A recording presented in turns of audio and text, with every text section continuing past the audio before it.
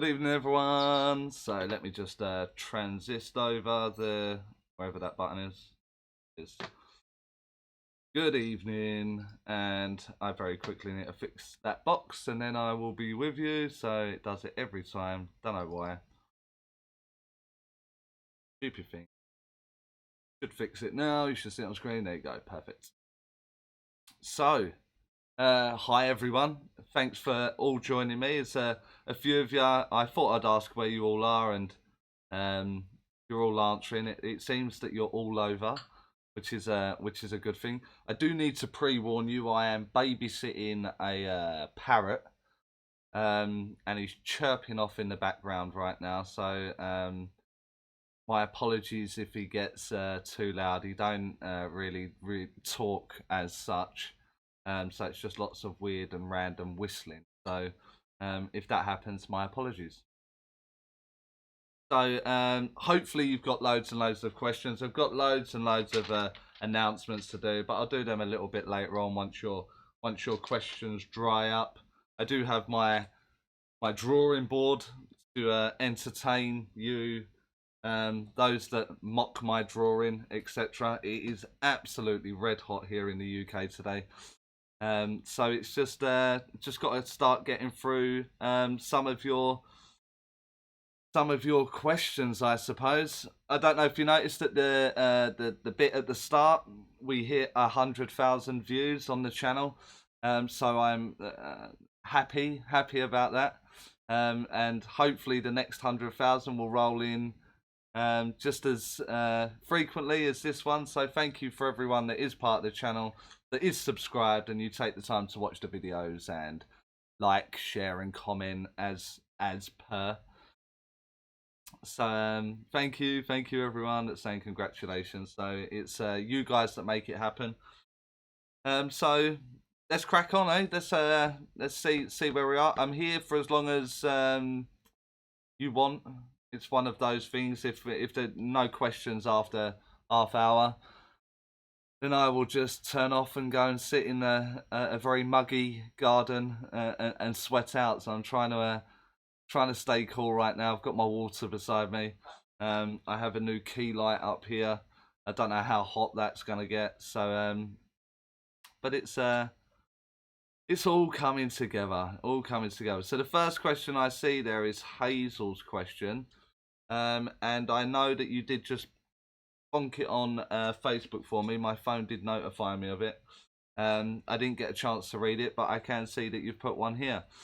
So let's fire away. Someone's put, oh my god, I can finally comment. It worked out where the chat was. You wouldn't believe how many people have struggled to find the chat. Crazy, really. But at least you found it. It probably depends on what device you're using also. So Hazel, let's get to your question. So, can our choice of clothing or shoes affect our own power in our mental mediumship? No, it can't. So that was quite an easy question to answer, that one, weren't it? So I hope you're completely fulfilled with the answer there, Hazel. It's one of them. It's if you're going to give it power, then it will affect you, won't it? I had a demonstration on, what day am I at now? Sunday.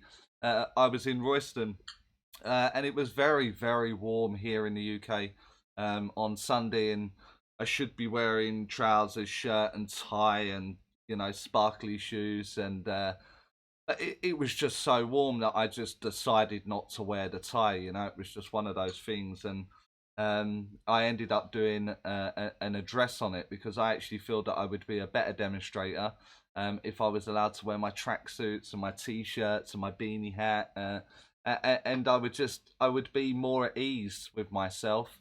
I would feel at my most comfortable. Therefore, I give more room to the spirit world to use my mind. Therefore, my mediumship will be better. So, but that's my own restriction, isn't it? So if you are worried about the clothing that you are wearing or the shoes that you are wearing, then it will become an issue. But if you don't care, then it won't be an issue. So it's down to the individual. but that's a bit of a fuller answer there for you, Hazel. Um,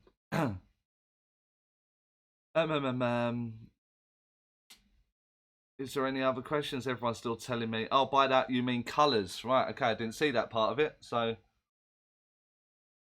not for me. Again, it's not for me. Not for me. It's like I wear all sorts of colours while doing mental mediumship. I've never heard it being a problem.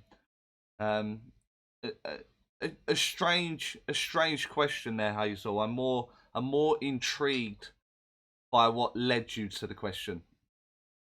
I think that would be the better question.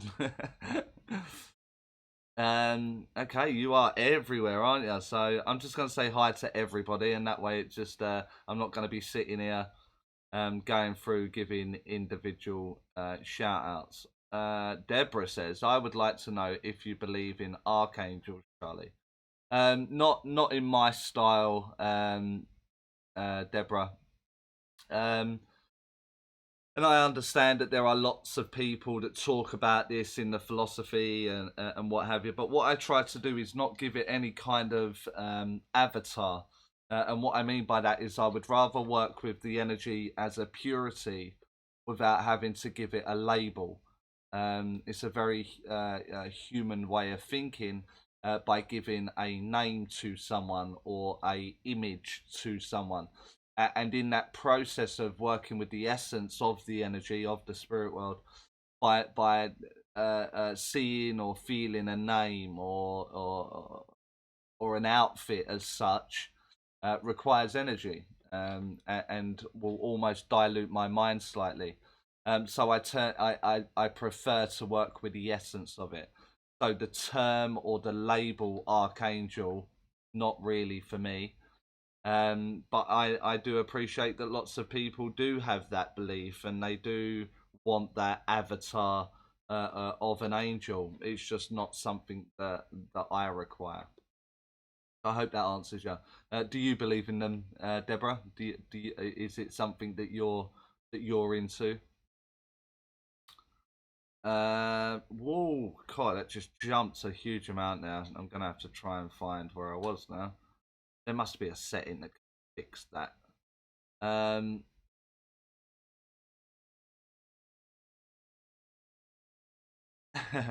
okay, so Cheryl says, that's a good question. I just got to make sure. Yeah, that's it. That's the next one. So Cheryl Flint says, hi, I had a meditation and my daughter came through, but she's living. How can this happen, please? Meditation is not communication with the spirit world. Meditation is a journey for the mind. So it can very much happen. It hasn't got to be communication with the spirit world. So it's not like she's left her body and come and had a chat with you in your meditation. Meditation is just, as I expressed, just a journey for the mind. So when you're going down a river or you're sitting in the meadow or you're sitting upon a bench, you're not actually doing these things. It's for the mind. And I'm going to use the word safety for the safety of your mind. So we can get information to you through the safety of the parameters that you have set. So if you are comfortable within the meadow, then that's why you have a meadow setting within your meditation. If the words were profound or they were guiding or she had something important to say, the avatar that's being used is one of your daughter because you're safe and you listen to that avatar rather than just some mysterious being that you don't recognize, which maybe you won't listen to the message provided. So it's just a journey. The same way I can get you to imagine a forest. So as you are sitting there and you imagine a forest, not two people in this room on this live feed would think of the same picture that goes with forest.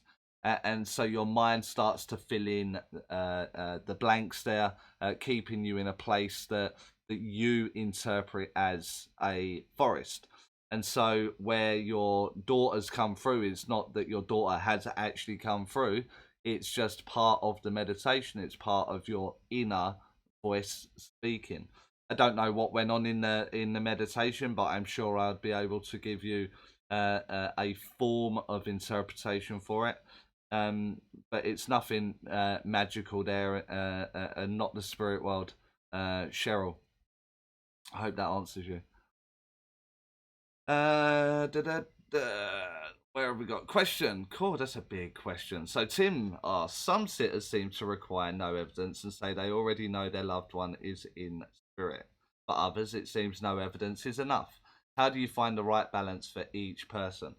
With a lot of development, Tim, a lot of practice, readings, a lot of readings that have gone wonderfully well, and a lot of readings that have gone terribly bad. And you end up finding through experience that balance that you have. As you said, there is some instances where no matter what you do, you will not be able to present enough evidence, and I'm sure the question has come from something from experience where you've had that, where you can do absolutely everything except materialize them in front of the sitter, and they just will not accept it. And so what you find is that I've kind of, I don't really like to use the term, but I'll do it in this example just for ease, really. So it will be, as you're the medium, you're getting ready for like a slight drawing. As I'm getting it ready, and it's almost like a checklist. I don't like checklists in mediumship, um, but when you're coming to evaluating how you've just done with your reading, then you can only go through this list as such. And it's just my mind is lacking the answers as such to the boxes. Let me change the camera quickly. Perfect. So what we do is we get like a list shooting up together. So was there evidence? Was there evidence? And then in your interpretation, there was. You know, did you feel the spirit world strongly? You tick the box. Yes, I did. Did you present absolutely everything that you were given? Yes, I did. Did you try your absolute best? Yes, I did. Was there any more that you could have done, or an area? So you check it, and you go through the list as such. And when you have these ones that no matter what you do, the client's not going to accept it, then there's not really much you can do for that. Their mind is simply not ready for what you're trying to present to them. And that doesn't mean that we need to be hard on that person, or we have to have any kind of awkwardness. It is what it is, and their mind is just not ready for it. And once upon a time, your mind might not have been ready for it. So I think balance would be through experience. As long as you're doing absolutely everything you can, then there's not much more you can do. But a wonderful question, though, Tim. Thanks for taking part this evening. Nina, is there a way of doing a medium reading on yourself? I am able to bring my grandparents for my mum, but have a hard time when I try to do it for myself. Any tips? There's no tips really there, Nina. The problem is shutting off your mind through the dilution of, did they actually say that? Do they mean for me to do that? Is that for me? Is that me making it up? Is that my imagination? Whereas when you have a stranger in front of you, and they're here for their 30-minute sit-in, and you are describing their father, and everything that you've said as evidence is accepted as evidence, and the guidance is going, at no point am I diluting that, because I don't know the person and I don't know their loved one. I'm just the voice in between. When it becomes your own, you're gonna find yourself in that mode of diluting and questioning absolutely everything that's going on. So I'm going to say no, there is no tips, just simply because your own mind will just screw it up every single time. What about the vibration of the colour, though? No, still no for me. Mental mediumship. Listen, it's in the term there, Hazel. It's in the mind. It's not about vibration. It's not about colour. It's not about any of that stuff. It's a mental process. It sparks in the mind. So the neuro pathway that sparks within the mind is cloaked by intelligence. At no point are they worrying that I'm wearing a black t-shirt. And you know, we can agree to disagree. I've got no problem with that. And maybe another tutor has gave you another example or another way of doing that. But certainly in my style of mediumship, where I keep it as mental mediumship and as evidential as possible, colour, no. Whatever you're eating or drinking, no. What shoes I'm wearing, no. What music I'm playing, no. What moon phase is it, no. Is it in retrograde? No. None of those stuff affects me because that's a restriction of the human mind. If you want it to affect you, then it will affect you. But in my style, in my philosophy, no, absolutely no effect whatsoever. David asks, question, what's the best way for a newbie to develop if they do not have access to a local circle? Well, you know, even the people that do have access to a local circle, David, so that won't attend it sometimes because of a clickiness, or they just don't like the style that's going on there. And something that I've always done, there is a video for that that maybe can be put into the comments for you, is develop on your own. I've done a whole video on that, but as a very quick overview for you, it was, I set time aside once a week. I invited my team to join me, and sometimes I went on like a meditative journey. Sometimes it'll be emotional, sometimes it'll be color, sometimes it'll be nothing. But I just went along with it, and very quickly I was in development. So, but there is a video for that. If you just hop onto the channel and find it there. It's called Develop on My Own. I'm sure that's the title anyway. Yeah, yeah, it's all done. It's in the comments for you now. It's at the bottom there. So click it, open it, and watch it afterwards. Cool. Julin. Sorry, I'm rubbish with names. I'm so bad. Do you ever ask the spirit world for guidance or advice? Some psychic mediums very much encourage that.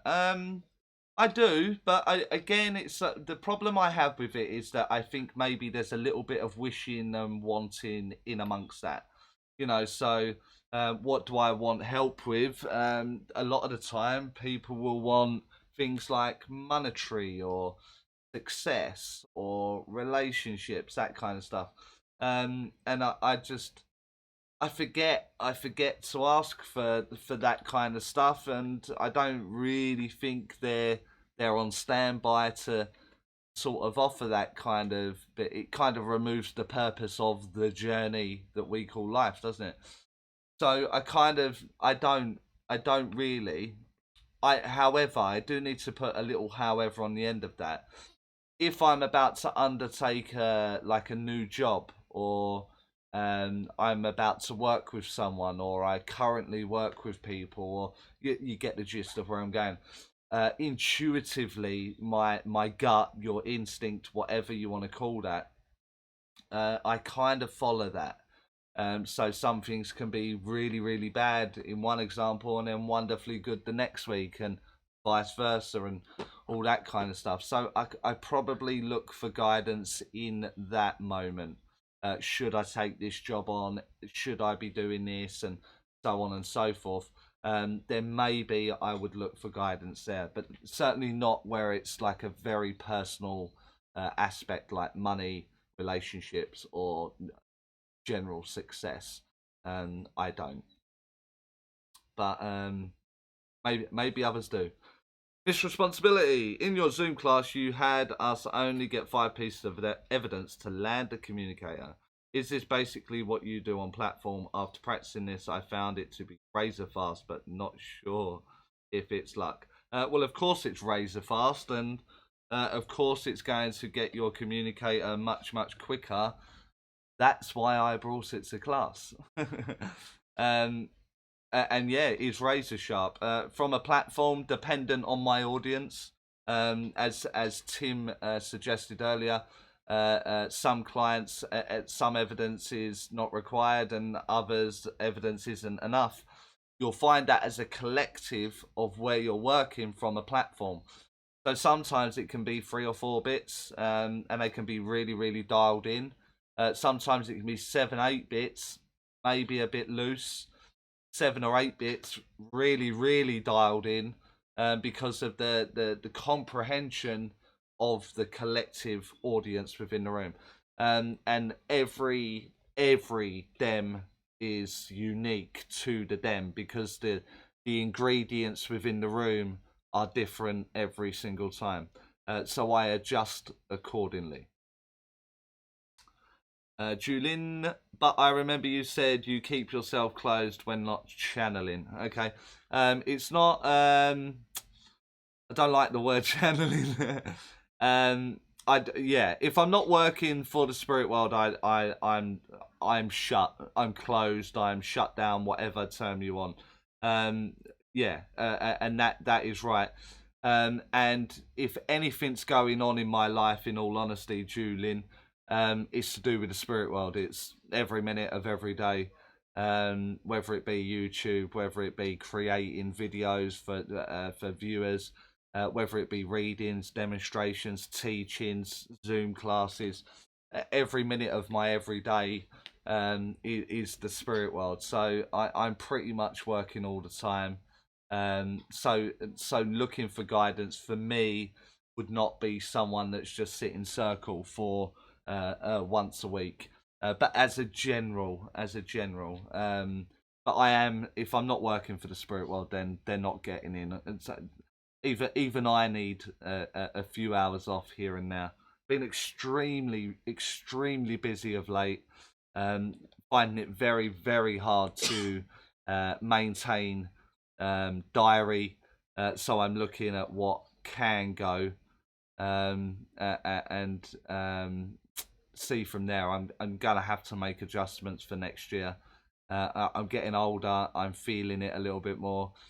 So it's some things have to go, and some things I don't want to go, but they're gonna have to go. It's what it is. So an anonymous question. I like these ones. Anonymous. Okay, so I watched a Sheila French live, and she talked about trance. I love trance. I am able to see people's spirit form on mediums' faces or in front of their face.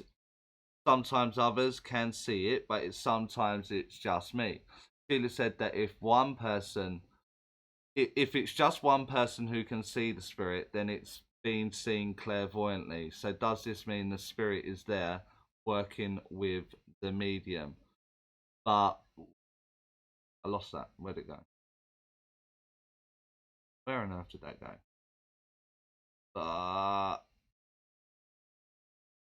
clairvoyantly. See it, but sometimes it's just me. Sheila said that if it's just one person who can see it, then the spirit is seen clairvoyantly. So does this mean the spirit is there working with the medium, but working in a different way to be seen clairvoyantly than other times being seen physically by others? Okay, so that's a 2-part question. If it's being seen subjectively, so by one individual, clairvoyantly is one way of describing it. And you would have to go through every individual in the room. Did anyone else see it, to understand who had seen it clairvoyantly? Are they working differently? No. You're looking for it clairvoyantly. That's why you're finding it. Because you're switching the clairvoyance over. You're looking for the face on the medium, or you're looking for their workers. That's what you're doing while you're watching those mediums. As a little bit of a heads up, that in the movement of spirituality, that's deemed a little disrespectful, by the community. I always invite mediums to come into my energy and watch how I work with my mediumship. I do that at every dam. I've got no problems with it. A lot of people have issues with it, so I'd be careful with that on how you word that. Terminology could land you in bother in some places there.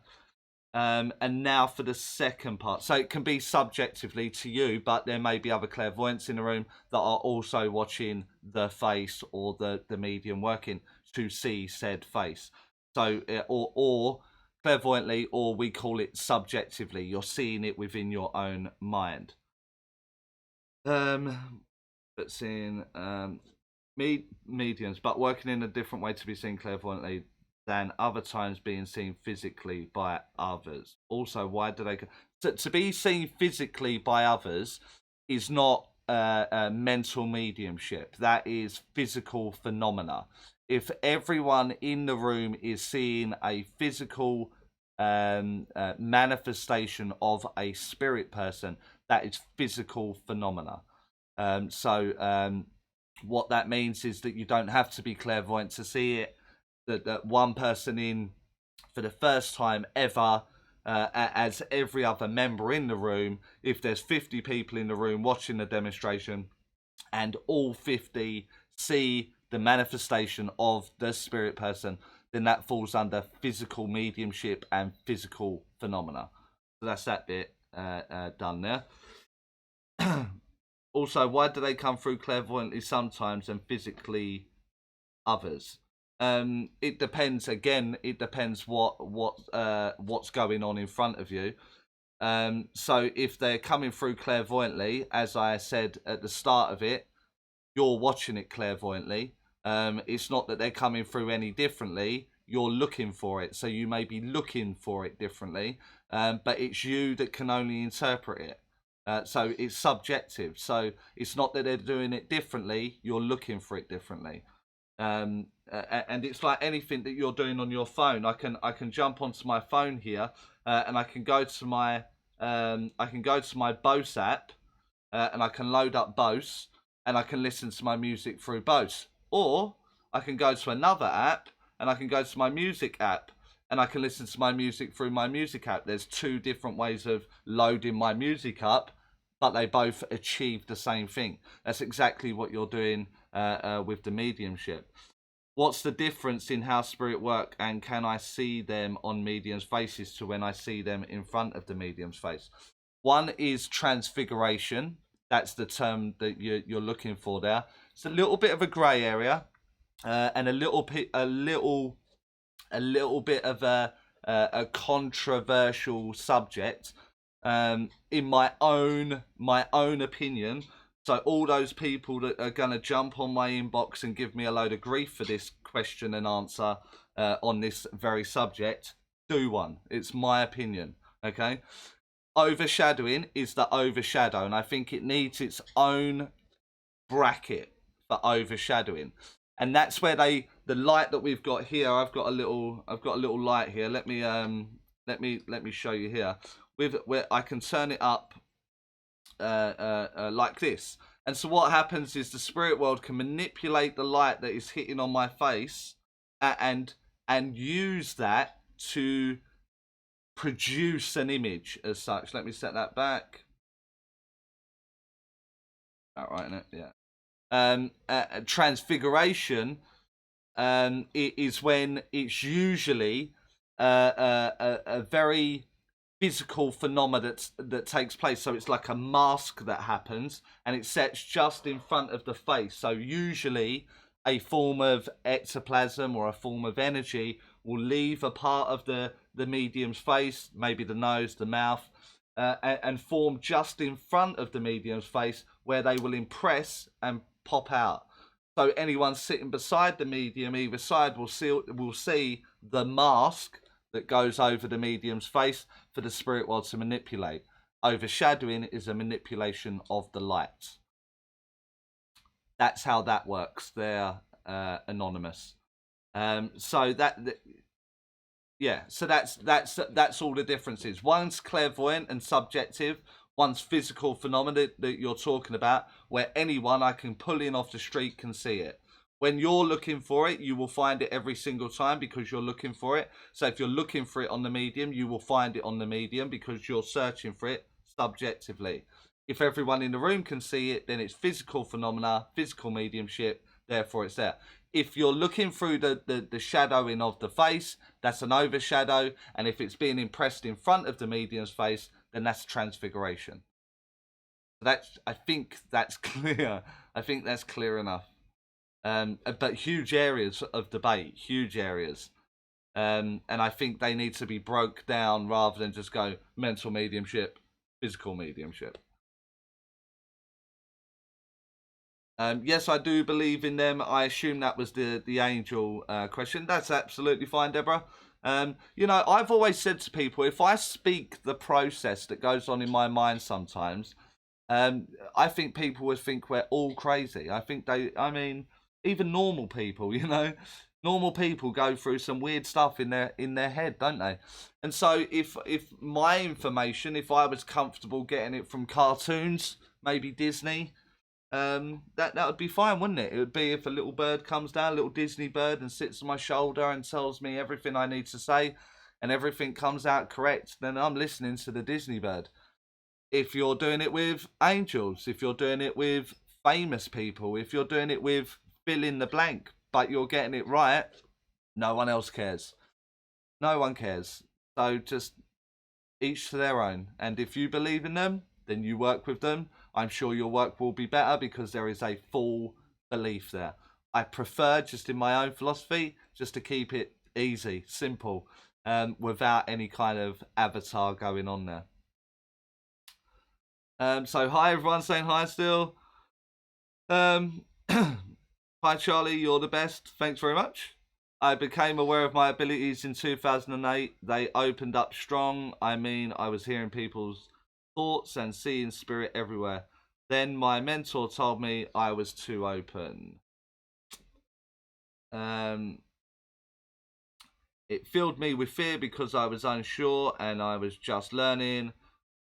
Well, I still read, however, it doesn't come on like it did. Is it possible to open it back to the way it was if I had to describe it? If I had to describe it, it would be like that. Like I have a giant. It would be that like I have a giant condom now, where I'm still aware, but I can feel it, just not as intense or as good as before. Yeah, and Tanisha, is that Tanisha? Tanisha, that's the problem with a lot of the tutors and people that are out there teaching mediumship. It really gets on my nerves. But there's not much I can do, is there? So what happens is, and let me change the camera very quickly. So here we go. Oh, I have to get a new webcam, I think. Yeah. So this is your auric field, and as you're blending with the spirit world, that's what happens. And all the information is within this area here. And what's happened is, so take a look at that. That's what you've done in the first place. That's called the blending, the attunement, the wearing them very close. What you've done through fear because your mentor has gave you fear. You've now done it this way, where you're asking for their information at distance. So you're like, yeah, I'll see you. Wait there. I don't want you any closer. I'm not allowed to be too open. I'm not allowed to be talking to you as much as that. Stay back. Just stay over there. So it's one of those. I mean, just invite them closer again. And the way that I recommend to do that, you don't have to do it this way before people start saying, well, that's a limitation and you said no limitations. But for the ease of your mind, I would just maybe word it out, say it in your mind, or if you're comfortable talking aloud, you know, just come a little bit closer, a little bit closer, come closer than you've ever been before. Just draw it in so you're almost wearing it perfectly. Then at that point, you need to start working it out of your mediumship, because you recognize what it feels like to have that spiritual hug, or to have them really close to you. And then at that point, stop wording it out, stop saying it, because you know they're just going to join you. You've got to convince you that it's okay, because your mentor has put fear in place. Hope that helps. Tanisha. Deborah, I have understood you to say that we need to be good with ourselves to work with spirit. Do I have that correct? So I have done a lot of inner child work and wonder if that is part of what you mean. I think it's only right that you're good to yourself. I'm not saying you need to do that. I mean, I know some complete twats that are mediums. I mean, they're so scheming. They're horrible people, but they try their best to look the part outside. They're manipulating, you know, they're doing it for all the wrong reasons. I see so many of these people. So you don't have to be good. You don't have to be, because it's a state of consciousness. But I think it's good for you to be good to yourself. I think it's good for you to look at your flaws or what your insecurities, and by addressing these insecurities and addressing these flaws that you think you have, you become more comfortable with who you are and what you've become. And because you're doing that, then you're going to be less self-conscious, which means that you're going to hold all the cards to your power. No one's going to wobble you. No one's going to affect you, because you are comfortable with who you are. So I think it's nice for you to work on yourself. And I think that's what it is. So hopefully I've answered you there, Deborah. Maine, I forgot your real name, Maine. I know you keep sending it. Vicky, well done. Hello, Charlie. Recently I have been asked to communicate with people who had been in comas. I have been able to do that, helping them pass on. I am curious about your thoughts on this. Thank you. My thoughts on it. So my thoughts, if I keep it very, very simple, comas, absolutely. I think you can communicate with certain people in comas. I'm trying to think of an example for you. I've had one that springs to mind where they were on a machine keeping them alive after a gunshot wound, and they weren't in the body anymore. They were in the spirit world. They gave me evidence of who they are and what they're about. So absolutely, they can do that. But for me, that's because they're in the spirit world. There are some people that are in comas that are gonna come out of that coma. So to help them pass on, I'm not comfortable with the statement, and I don't want to offend you, and you know I just say it as it is, Vicky. It's like I don't think you're the one helping them pass on. For me, I just don't think that's the case. It just makes you too powerful. It makes you God in that example. And so I understand the evidence of something going on, but I'm not comfortable with the idea that you're showing them to the light or you're helping them reach heaven, because that suggests there's a mistake in there from the perfection that we call the creator, the God, whatever. So I'm comfortable with the coma thing. I'm not comfortable with the helping pass on. But again, we can agree to disagree. I'm comfortable with that. I need a drink. It's getting really, really hot.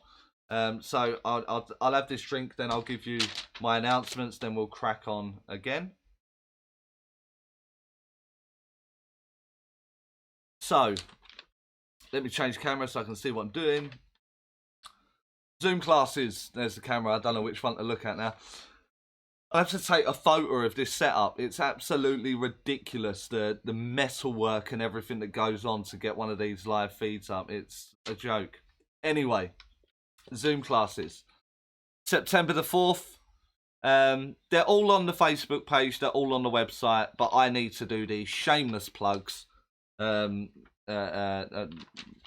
what we do, isn't it? So, September the 4th, 2 spaces left. September the 18th, 5 spaces left. October the 23rd is the only Zoom class of October. So if you're not already signed up for it, you need to get on that one. November the 12th and 27th, which was on the ads at the start of the video. And 2 new dates added just through demand. I think it was asked on Facebook if people wanted it. You wanted it, so we made space for it. So December the 13th with a later start of 9:30 UK time. So that allows some of the people that can't make it because it's a little bit too early on the other Zoom classes. We've just made these ones a little bit later to try and accommodate those other people. All 2020 Zoom classes, the dates are now available on the Facebook page, Medium Charlie Kelly. So go over there and have a look. And the giveaway is being announced in 4 days. All details for the giveaway are on the page. But basically, it's just your favourite video posted to the page. Why it's your favourite video. Subscribe to the channel, and you are in the hat for the free class.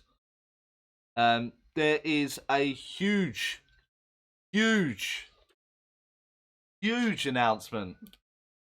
No, huge. Is that how you spell huge? There is a huge announcement tomorrow on the Facebook page as well. A lot of people have helped. One in particular, but she wants to stay very, very anonymous. So I will do that. But it's going to happen. So you will see it tomorrow all over Facebook, I think. And that's it. That's the end of my notices. It's nice when it's like that. So Facebook tomorrow. I don't know what time. It's scheduled out for, but it's coming tomorrow. Be there to see. Hopefully you'll enjoy it. Some of you will enjoy it. Some of you will. Anyway, back to your question. So, Tanisha, oh no, done that one. Thanks in advance. No worries. Lisa. Oh, I was going to say something there. I received a message from my friend's deceased husband and gave it to my friend. It's the first one who was not in my family. Do you know if this means I can do readings for people? I don't know. You can do readings for people.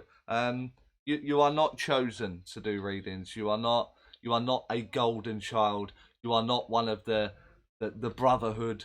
You are not someone that is hand selected out as like a messiah. It's a state of consciousness. If you want to learn to do readings, then yes, you can do it. Now, obviously, there are people that have wonderful charisma and they have wonderful stage presence, and and other people are a little bit more awkward in company. So yes, communication will be different. However, every single person can do it. I recommend training. I recommend a good format, a good foundation, good solid foundation. But yes, in a very simple answer, yes, you can read for people. Hazel was just curious. I know physical and mental are very different. Read that Gordon's physical circle members who sat for physical had special clothes and slippers kept purely for seance room. Clothes can absorb energies. They can absorb energies. But I'm also I'm gonna throw the cat amongst the pigeons there. That you're talking 1970s, 1980s understanding of mediumship. Things have changed. People now work in light conditions and and that wasn't the case in Gordon Higginson's time. We have evolved. The spirit world would have definitely evolved also. So it's just to throw the cat amongst the pigeons there. You know, in the late 1800s, they were all sitting down, protecting themselves from weird and wonderful things. We know that to be different now. And I always try and liken it to science, you know. It weren't so long ago in our history that science told you the world was flat. And science was wrong. And science will keep being wrong. Because that's science. That's the nature of science. Prove it wrong, then it evolves. Whereas mediumship is a constant evolvement. It's an evolution of consciousness. And man in general, the human race in general, are unfolding at a ridiculous rate at the moment, aren't they? Like, it was like you go back as far as 1950 to 2019, and the difference in technologies that we have now in a very short space of time. It's gonna change on a constant level, and the spirit world are absolutely gonna be keeping up with that. So just to throw the cat amongst the pigeons there, Hazel, that's all that was. I'm an intuitive empath and have been meditating on my chakras. That's that. I hope you're enjoying it. If you're going to look into intelligent communication, mediumship, evidential mediumship, you don't really need to pay that much attention on the chakras. You don't really need to. If they're closed, you're dead. If they're not, you're alive. That's it. And so communication is of the mind, as I said, of the mind. Cheryl, I was trying to meditate and I ended up chatting to my guide. Then all of a sudden her face popped in, but like looking at a negative from a photo. It jogged me from my meditation and confused me. Yeah, I understand that. If you're having a conversation with a guide, that's I'm comfortable with that. And I can understand that it's thrown the mind a little bit. And that's what would have brought you out of your meditative state, is that your mind has come back into the here and now. So it would be da da da. Here we go. I ain't drawn this one for a while. He's got a huge nose though. Not happy about that. So that's a terrible drawing. And if my dad's watching, he'll text me saying you really need to learn to draw. So so there you go. There's the mind map there. And we're here, everyday consciousness. And as you're in the meditative state, you'll be here meditating away, just having a wonderful conversation with your guide, just having a chit chat. Then you see the face, and it just pulls you out, and that's why you've been pulled from the meditation state. It's literally that simple. Go back to the other camera. Where'd I get to there? Misresponsibility. Can you briefly explain the balance of a sitter taking evidence and making it fit versus having a sitter being too concrete with evidence? Would like it to better be able to explain this to clients. Yeah, it's a bit of a subject to that though, isn't it? So there is a video. I'm sure there's a video on it, but we'll go through it anyway. Knowing your mediumship the way it is, and certain people, there are a certain style of mediumship, people that work in a particular way where they are going for evidential statements. And so if I feel like I help people, I'm trying to describe the occupation. I feel like I help people. Some sitters will go, well, yeah, they would go to the shop and get their bread and their milk for them, but you actually meant in a caring way, you know, like maybe a care assistant or a doctor or a nurse or something like that. But the client's gone, well, yeah, they would pop in every second Thursday and ask if they wanted anything down the shop. That's the sitter making that statement fit, and you simply got it wrong. And so some sitters will actually do that, believe it or not. But when you're trying to get concrete evidence, that's exactly the way that I would do it. I would go in and go, you would understand that they help people. So I'm building confidence in my communication. And the client says yes. And I say, do you know what? I feel that it's at a care home. Yes. I actually feel they're in charge at this care home. Yes. And then name the care home, or name the street, or name the people, or the ward, or something like that. So we're walking in with concrete statements. And if it's no, it's no. But the likelihood is that if you're feeling like I want to build this confidence, then it will just move forward. I hope I understood your question correctly, Miss Responsibility. And there's your answer. Tim, question. How do you naturally check all your evidence without constantly asking the question? Would you understand that?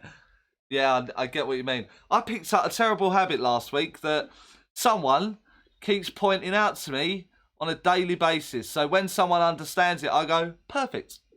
And then it's become like this huge habit now. And so because I'm trying very much to break the habit, it's going to be more there because it's in my mind. So it's more of even would you understand that is kind of a question, isn't it? And you've even put a question mark at the end of it, so I can say it is a question. So the way that I would maybe do that is that I would say you would understand that blah blah blah blah blah. I would say it at the start of the statement.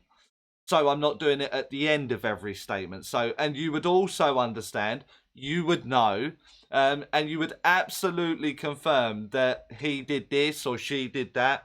And I would just find ways of making it a statement rather than going, would you understand that? I would place it at the other end of your statement. So do it at the beginning. And that way you're lining yourself up for a fall, I appreciate. But with a little bit of practice, you'll grow confident in doing it that way, Tim.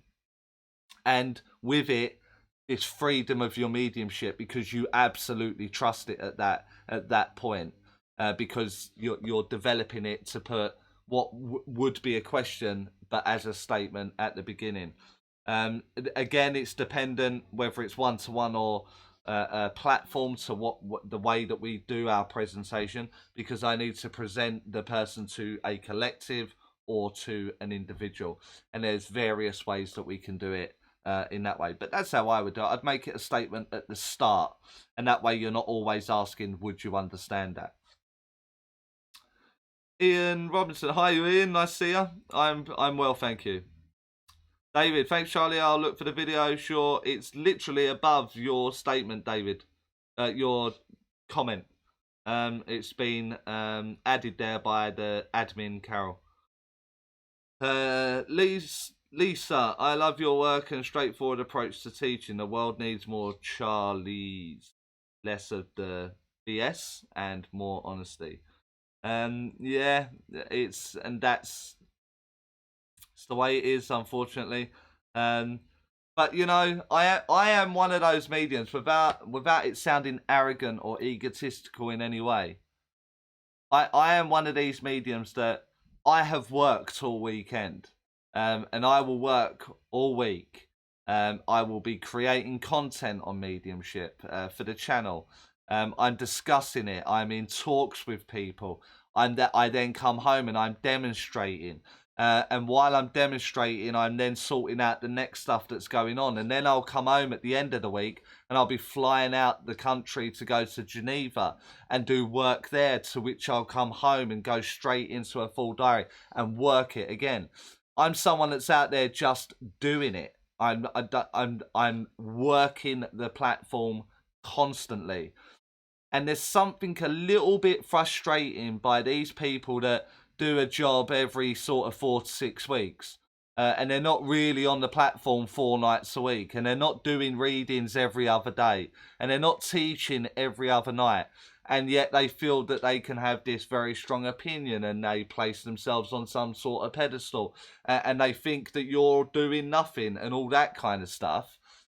Nearly every night, 5, 6 nights a week, I'm investing time in public mediumship, and out of those hours, I'm creating content and sorting out the diary and readings, teaching, so on and so forth. So I think those kind of voices out there, they are out there. There are some out there. There are some that put the legwork in, like I put the legwork in, and they are, I absolutely entitled to their opinion. Absolutely. I'm not so comfortable with the people that like, well, I've done it a while now. I'm easing up. You're in the wrong profession. You're in the wrong job. This isn't about taking it easy and earning lots of money.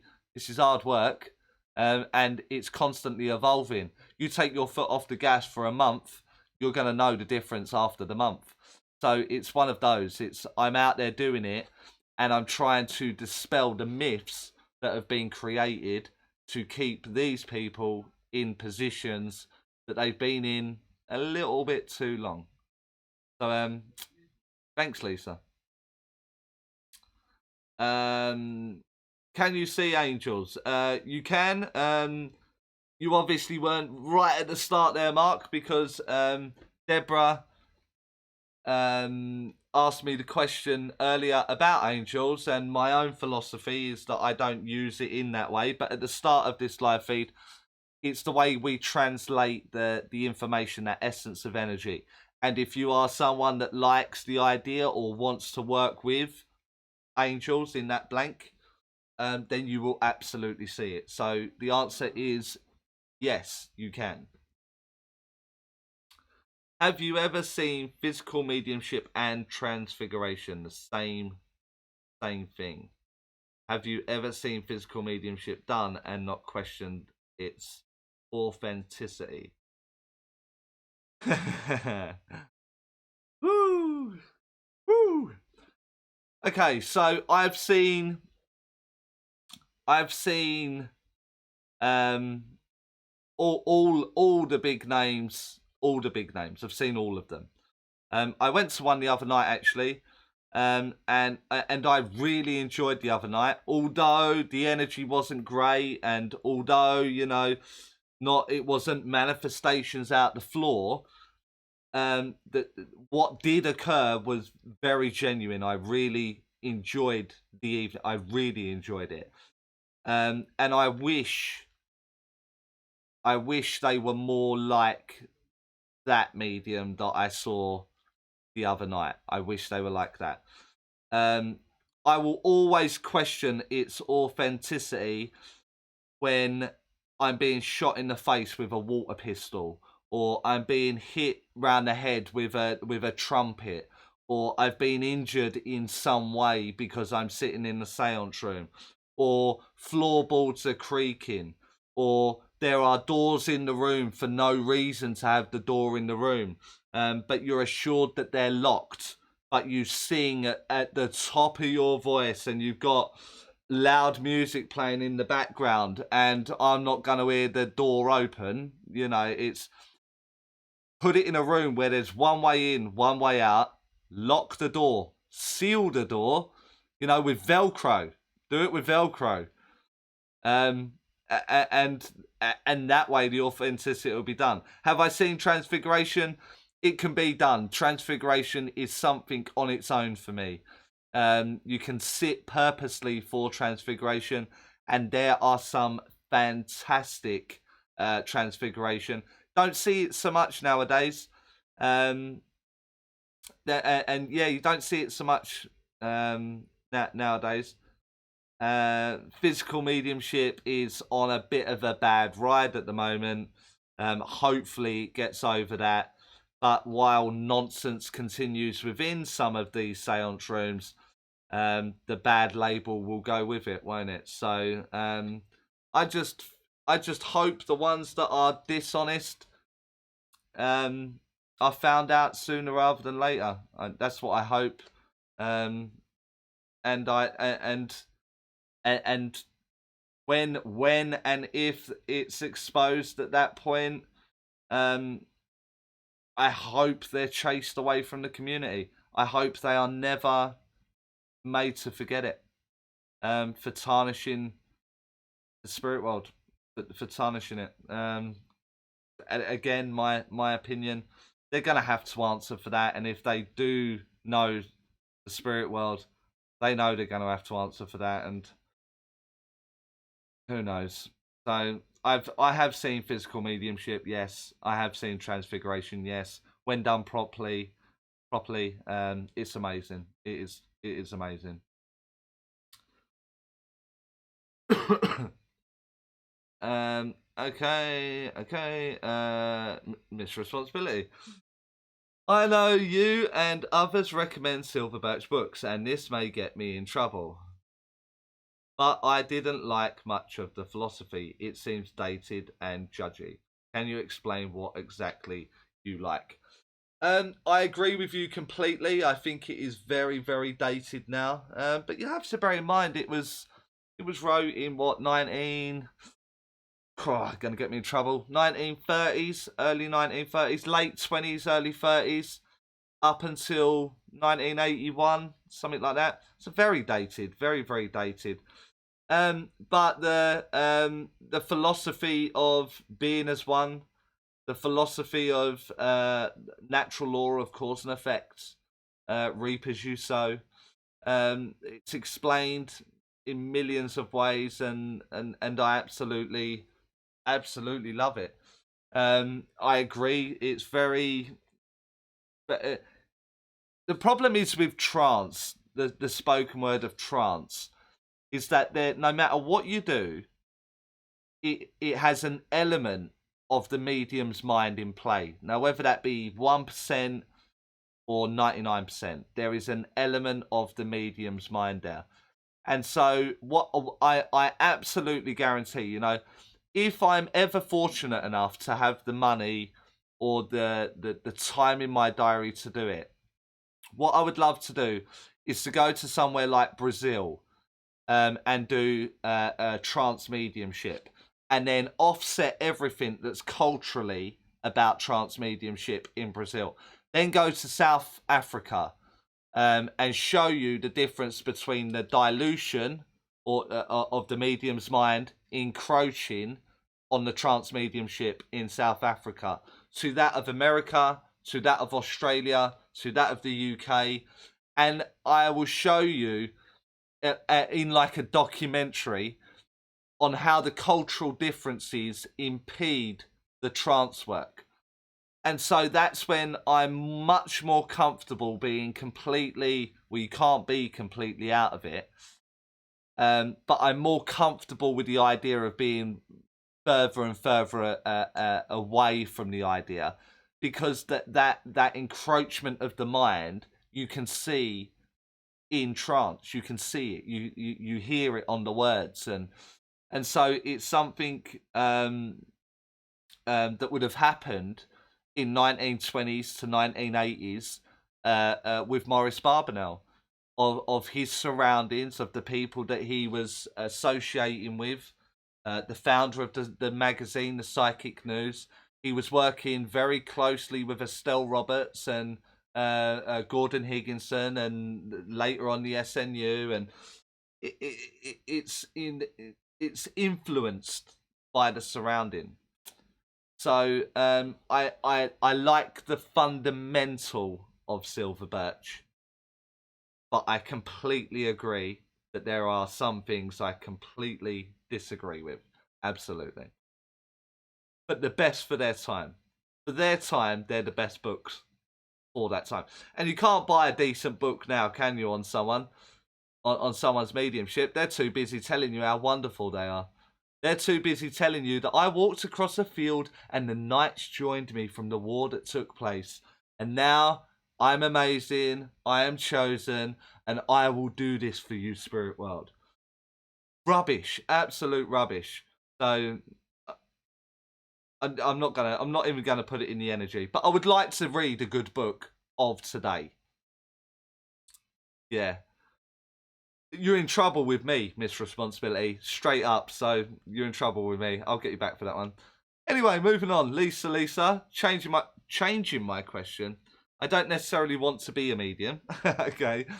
I don't feel like my privacy is respected. How do I stop spirit from being in my space?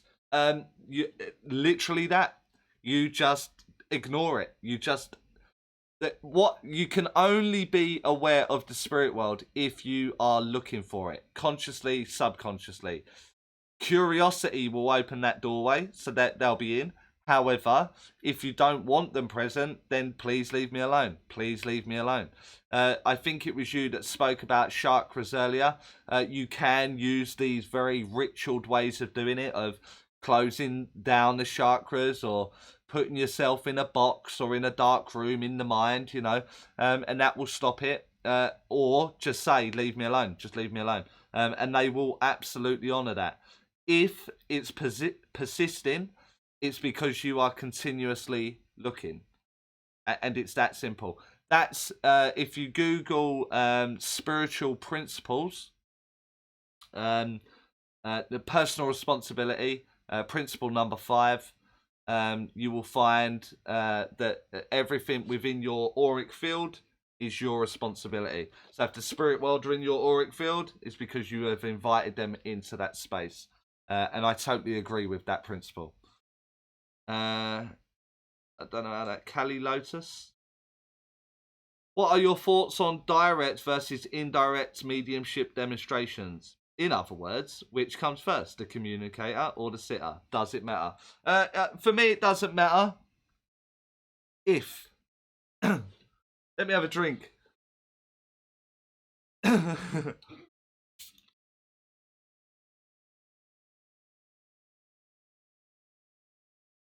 if I'll make it really, really plain and simple, Kali Lotus. So let's say we've got and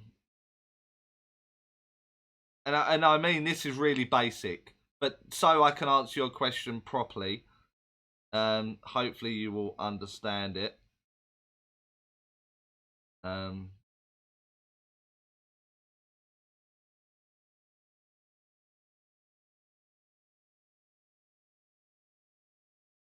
Don't know what else to do, but that'll be enough. Let me swap camera. So someone indirectly may go, right, I have I didn't put the sex on there. I have a man with me and he's around the age of 72. He tells me he's your father, and his passing condition was a very awkward one. He had bowel cancer, and he lasted 6 months and eventually gave up and went to the spirit world. He absolutely loved match fishing. He absolutely loved it. And he tells me that he lived in the Salford area. Who understands that? And someone will go, that's my dad. That's unbelievable. Can't believe my dad's come to see me today. Yes, you may work with me. Wonderful. Or I can go, I have a gentleman here who's at the age of 72. He tells me his relationship to you is your father. His passing condition is that of bowel cancer, and he loved fishing, and he lives in Salford. And he tells me you're his daughter, sitting the second row in on the back there with a pink top on. You would understand this to be your father. That's direct mediumship. If, Kali Lotus, you are saying, I want to come to the lady over there with blonde hair and massive boobs, I'm very drawn to you right now. Yeah, I bet you are. That's a cold read. That's a cold mechanic. Well, I'm drawn to the man over in the right corner there. Really drawn to your hat. And now your father joins me. Yeah, he will join you now. Because what you did was you went in psychically to the person. I really like his hat. And then went to the spirit world after it. I don't agree with that style of mediumship. But every direct medium that is watching me now has probably left. And every direct medium that works in that way knows that I've just called them out. Because indirectly, evidentially, it has to be on point. It has to be very factual. And it has to get me to my person. The cold read I'm drawn to is a psychic mechanic. And I don't care what anybody says. Deborah, I do not use angels to help me in readings, just in my life. That's absolutely fine. Don't feel that you have to justify any of that whatsoever, Deborah. If you use them in your readings, that's absolutely fine. If you're using them in your life, then that's absolutely fine. You do it your way. It's just an avatar. It's an avatar, so it's absolutely fine. Tim, is a developed medium equally good with both private sittings and demonstrations, or do they tend to specialise in one over the other? No, I think it can go a lot of ways there, Tim. If I'm completely honest with you, there are some people that are amazing at one-to-one sittings, absolutely amazing, and they will do what they can when they can, but they do not want any kind of publicity. They do not want the center stage. They just want to help where they can, and that's it. You know. But they're a good developed medium. There are other mediums that only want the platform. That's all they want to do, is just a platform. They don't want to do one-to-one readings. They don't want any kind of diary going on. They just want the stage, and that's it. And then you've got the other ones that are very good at one-to-ones and very good at platform. And it can just spiral off absolutely everywhere with that. I know people that will only do the stage, and you know they want to be a superstar. That's it. End of story. For me, that doesn't make them a good medium, because they want to be a superstar. So I think if you're happy just doing the stage, then just do the stage. If you're happy just doing one-to-ones, if you're happy doing stage and one-to-ones, I kind of know you've put the development in. I've seen you work. Your work was good when I saw it. I enjoyed your work. And the more and more you do it, the better and better you're gonna be. And you know, it's only gonna be a confidence thing for you now. So I wouldn't worry about it. I would just do what you want to do in that sense. For me, mediumship is different for everyone, isn't it? And I think what pathway they go down is unique to that individual as well. Without that sounding like a cop out.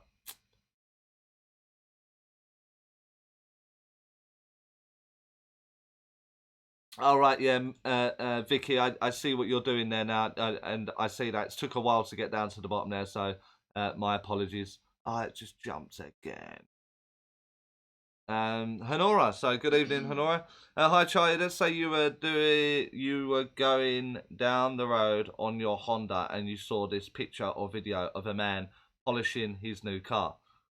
What would you do? Would you speak to him? He's smiling at you.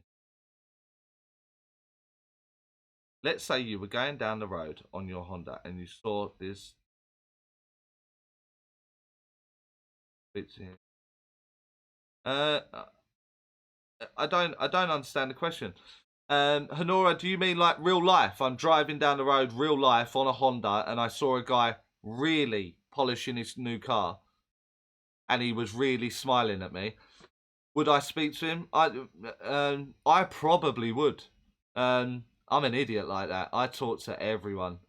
And I will explain why I do that. I do that because I'm a very public figure and I want to be very comfortable in the public. And by making myself comfortable in those kind of awkward situations, I practice it in my spare time. That's yeah. But I don't really understand the question, and it'll be me. So if you can just explain it at the end, I can maybe adjust my answer. Enos, hello Charlie. At my practice circles, I always get a few pieces of evidence and then nothing. How do I improve? What I would do with it is I would silently, in your mind, go over the evidence that you were given. So what you have got correct, I would very quickly go over. So I have a lady, it's mum, she's 60, it's breast cancer. Yes. And I'm aware that she lived alone and she liked her garden. Yes, then nothing. Then in my mind, I would go, okay, mum, you're 60, you passed the breast cancer, you live alone. And what I'm doing is I'm just encouraging the spirit world to draw closer to me again. It just sounds like you're getting it, and what you're doing is like, gimme, gimme, gimme, gimme, give, and you've let go. And what you kind of got to do is go, come here, give me a hug, and what do you want me to say? And now I'm going to say it, and now I can go back. And you've just got to make it that easy. I always tell people, treat it like you're in a Starbucks or with your best friend having a coffee or a tea or whatever it is that you drink.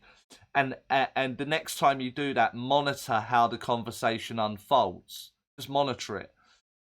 Where the slack points were, when it went quiet, when there was like a huge pause or an awkwardness or a joy, and monitor that conversation real time, monitor it, and then imagine how that would come across in your mediumship, and you'll find that that's what you're doing. You're just stepping away from the conversation. Lillian, on a live with two mediums, I asked, when I see an image, can I ask Spirit for more information? They told me that asking the spirit world would be using my mind instead of my soul and would throw me out of my link. I will answer your question, Lillian, if you name those two mediums. I'm joking. Don't do it. If you've already typed it, then I'm in trouble. But no, well, it's a communication, Lillian. You know, like if they're showing you a train, I can give you the example. I was working very locally to me a couple of years ago, and I felt like I was a chef. But they showed me a picture of a fast-moving train. It was like flying by, and I was like, that makes no sense. Why are you showing me a train, but I feel like a chef? So I asked the question, and then I couldn't work it out. I wasn't receiving the answer. You know, like I'm sure they were giving me it. But my mind was too busy trying to work out what these two meant. And when I offered it out, the lady's mum worked on the catering car of the high-speed train, which made sense. Now, in every communication, if I asked you to do something, you know, like, there you go, can you sort that out for me? As you take that from me, you're like, well, what is it? What am I meant to do with that? I don't understand what it is that you want me to do. Yeah, what do you want me to do? And then I'll go and do it. That's exactly what you're doing with the communication. So I understand. Don't then start trying to piece the story together. Ask your question, but then allow the answer to happen and speak it. Then you will have no problems. If you're asking the question and the information's coming in, but you're not saying it or you're trying to piece it together, I think that's what their mediums mean. That will pull you out of the. It won't throw your link away, but it will put you in your own mind rather than trying to stay in the conversation.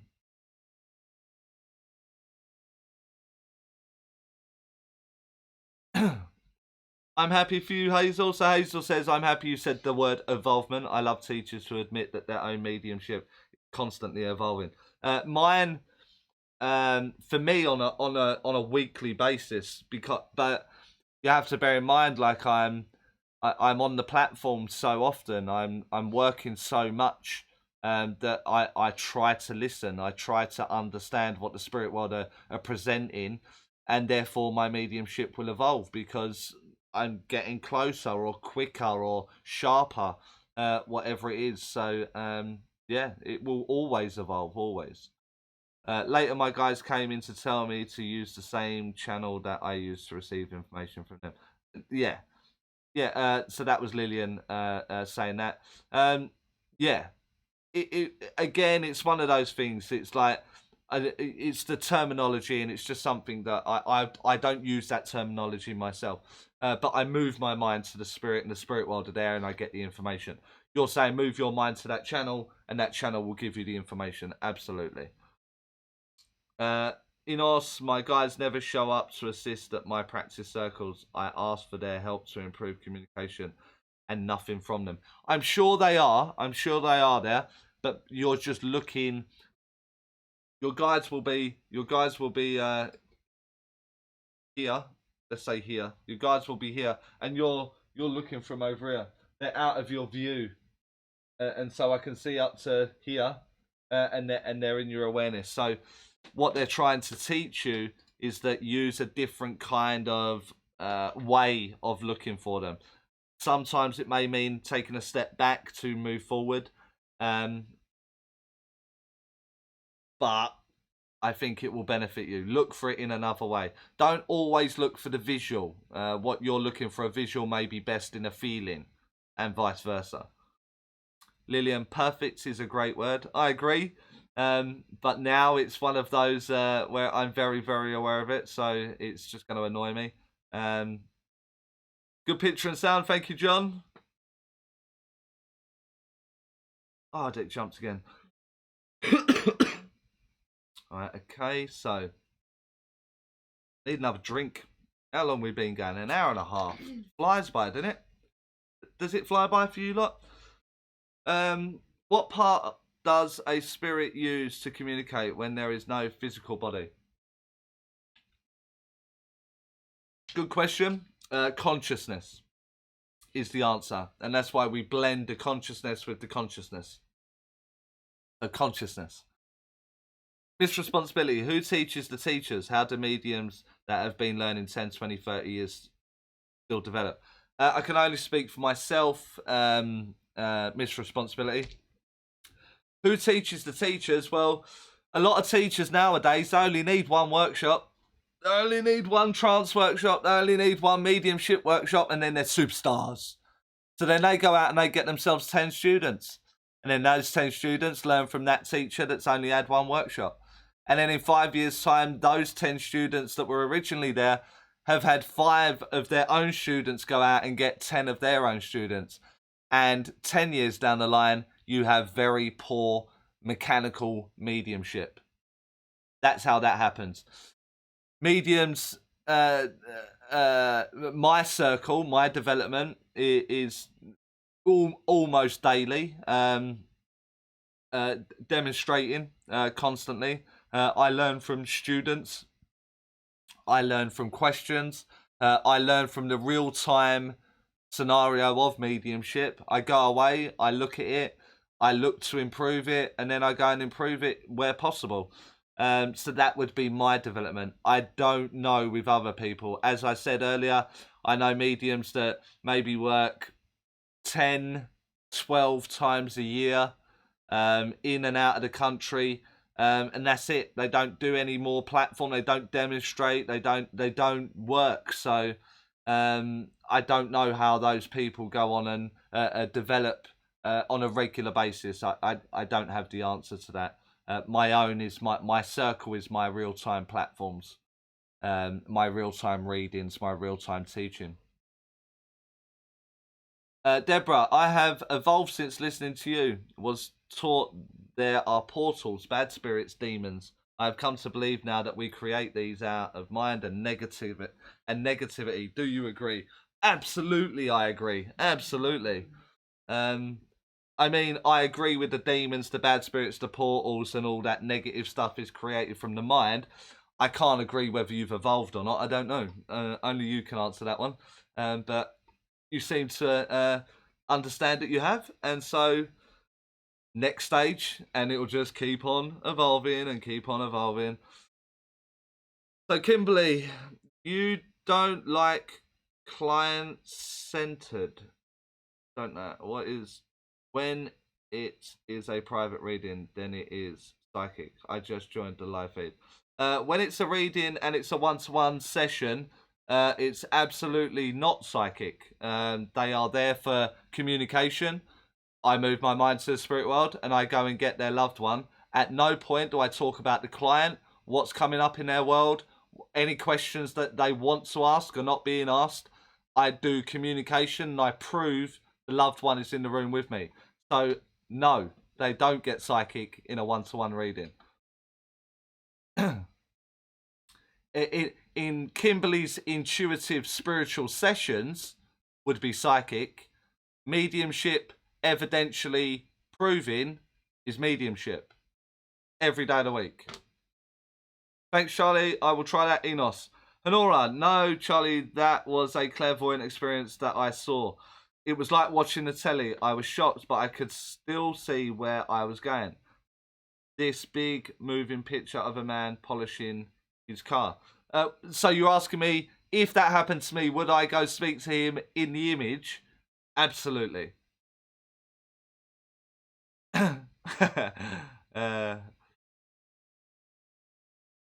Miss responsibility. Where did the thought of you could not ask the spirit communicator questions come from? I hear this a lot. Miss responsibility. A lot is 2 words. It's a lot.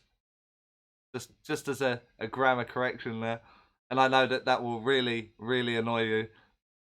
Coming from tutors. Why not just say to students, don't get in your head? That would be the way to do it. You have to remember, like, I've been to some very prestigious schools, and that kind of teaching places a tutor on like a pedestal.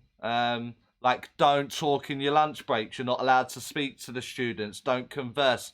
They're not like you. You're special.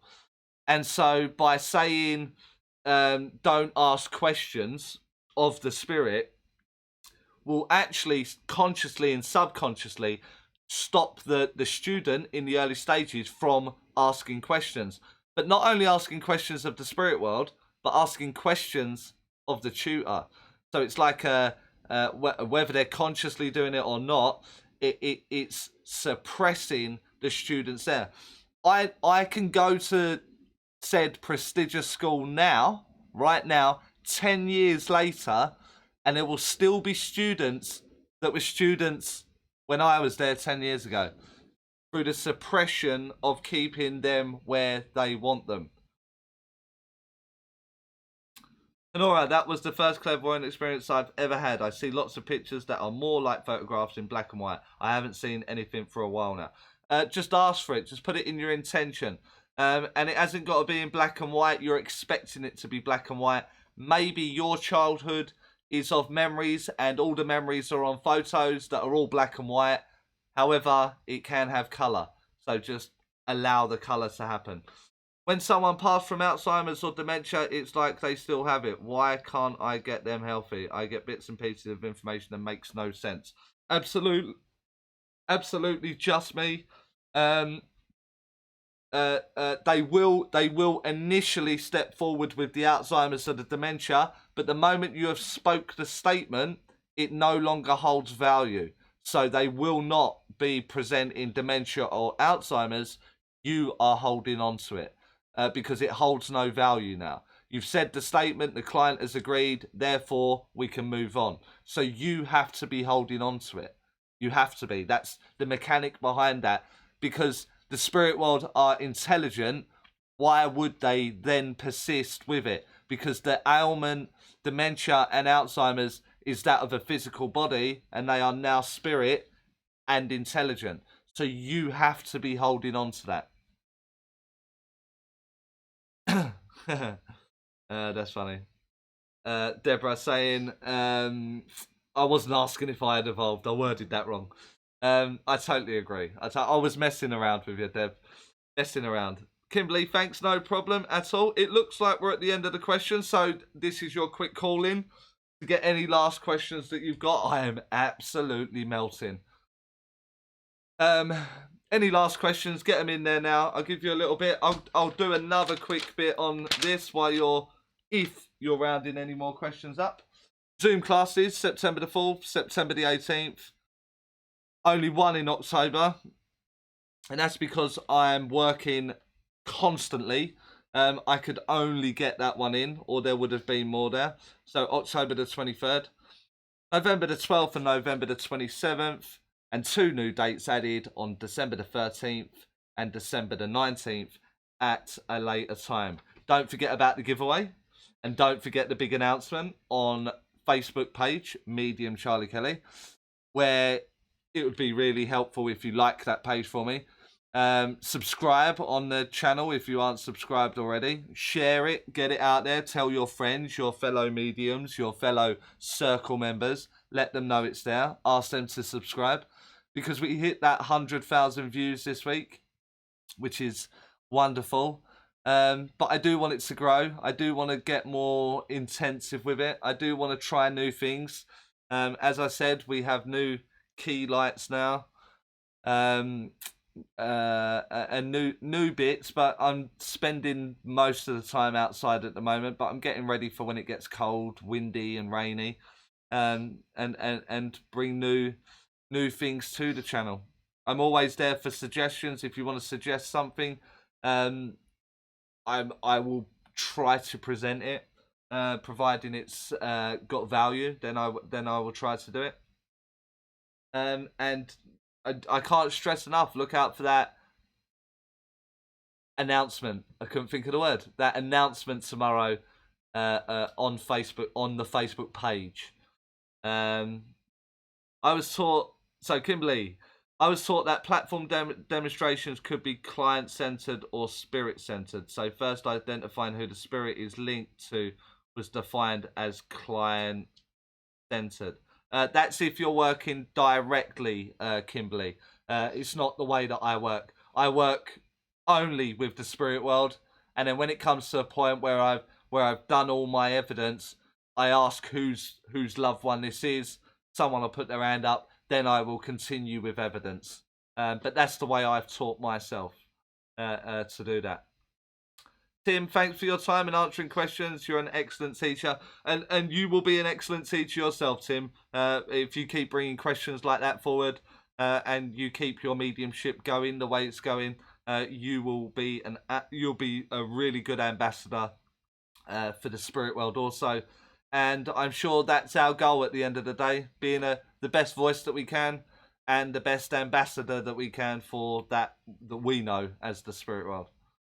This responsibility. So say at this hypothetical prestigious school, why would a lot of instructors there want to keep their students from progressing or thinking they should not ask questions? To keep their space at your hypothetical prestigious school. Maybe they within that clique they can't go anywhere else, so they stay within that clique. Maybe all their work has come from that clique, and they haven't done anything on their own or their own legwork from that clique or that hypothetical prestigious school, that they need to keep the core people there.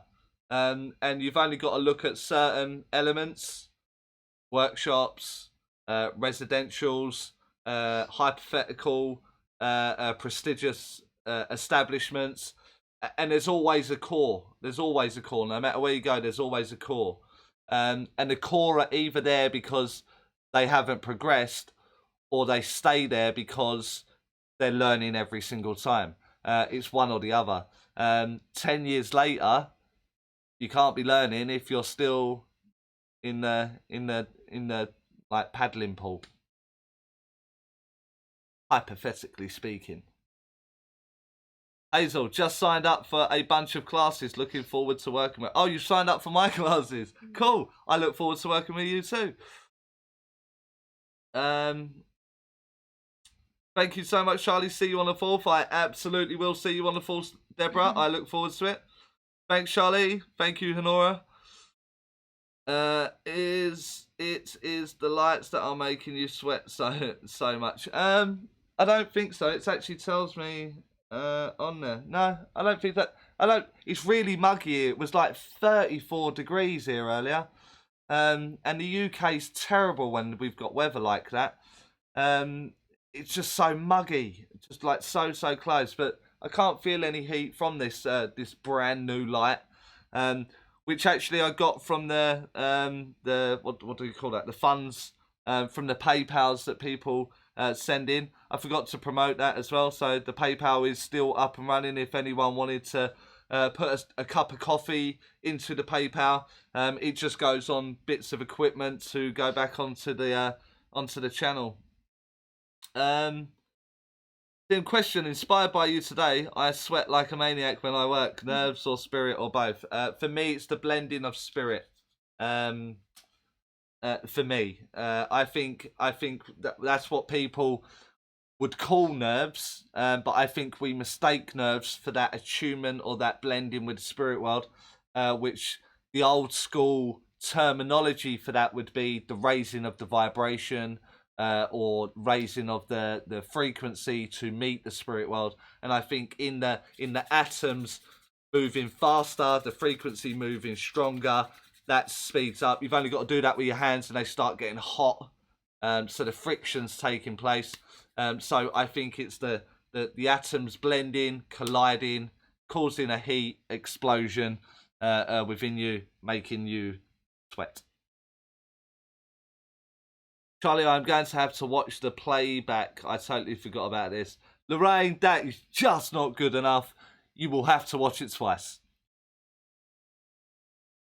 Phyllis, I am not a super spiritual person. That's why I like the logical approach. I feel like it's a lot of responsibility to read people. What do you do to bring folks back down to earth? YouTube, live feeds. I say it as it is, always. I don't add fluff anywhere. I don't think I'm special. I don't say that I'm special. I'm very normal, and I try to lead by that example. If I lead by that example for long enough and people learn from that example for long enough, they will have students for themselves who will have students for themselves, and in 15, 20 years time, maybe I will have an impact. So that's what I do. Do you ever teach beginners workshop or circle? Workshops are always for all levels, whether you are first time or you're advanced. It will be adjusted in accordance. Miss responsibility. Can you do mediumship and get clients without coming out and just word of mouth? I prefer my privacy, but want to do my mediumship very much. Thoughts based on your experience. Mine is on word of mouth. All of mine is word of mouth. Miss responsibility. However, there is going to be a public part of that, unfortunately, and that can be tough. That can be really tough. I was a very private person myself, but you become a public figure, and that's unfortunately part of it. So if you rely on word of mouth for the next 2 or 3 years, that should bring you up to speed with the public attention that will go in tow with that. So it won't be too fast, it won't be too slow, it'll be absolutely just right for you. So I would continue on your path the way that you're going, and you should fall into line with it at the exact right time. Spirit World always say to me, the timing is never wrong. And I think for you, that sits perfectly.